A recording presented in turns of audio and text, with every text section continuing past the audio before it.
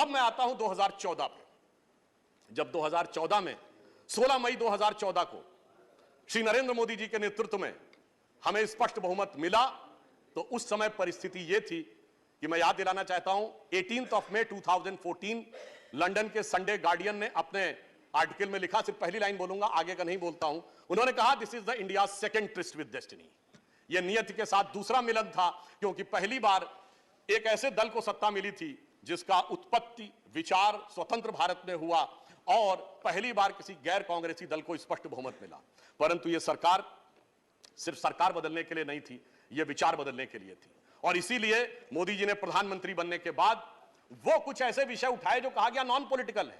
जैसे उन्होंने कहा स्वच्छ भारत अभियान, बेटी बचाओ बेटी पढ़ाओ का विषय कहा, परंतु यह विचार बदलने के लिए था। आज आप देखिए, हमारे आप में से किसी के भी हाथ में कोई पैकेट और रैपर होता, जैसे पहले कोई आसानी से लोग फेंक दिया करते थे, अब ऐसा नहीं होता। और अगर उन्होंने बेटी बचाओ बेटी पढ़ाओ कहा, तो नवजात शिशुओं के लिंग अनुपात में भारी परिवर्तन दर्ज किया गया है। और इस साल पहली बार ऐसा हुआ है, नवजात शिशुओं में लड़कियों की संख्या अधिक आई है। यानी यह इतना बड़ा परिवर्तन आया। और अभी उदारता की बात कर रहे थे हमारे खड़गे जी, तो मैं याद दिलाना चाहता हूं कि इसी दरमियान स्टैंडिंग कमेटीज की जब बात होती है, तो जो बिल आए हैं 2014 के बाद सरकार की तरफ से, तो उसमें 46 बिल्स आए हैं, जिसमें 14 स्टैंडिंग कमेटी को और 23 सेलेक्ट कमेटीज को गए हैं। यानी 46 में 37, 80% बिल पार्लियामेंट्री कमेटीज को गए हैं। यह फैक्ट भी हमें ध्यान रखने की आवश्यकता है। और इसी के साथ मैं एक और बात भी कहना चाहता हूं, उन्होंने कहा था थोड़ा बड़ा हृदय होना चाहिए।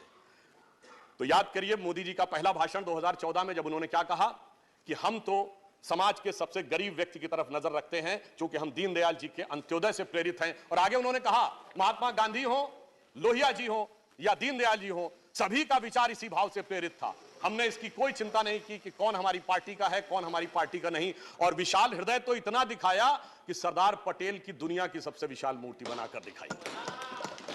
हमें इस बात से कोई प्रभाव नहीं पड़ता कि उनके कालखंड में भले ही आरएसएस पे बैन लगा हो, परंतु जिसने देश के लिए इतना ऊंचा काम किया, उसका मुकाम भी उतना ऊंचा होना चाहिए।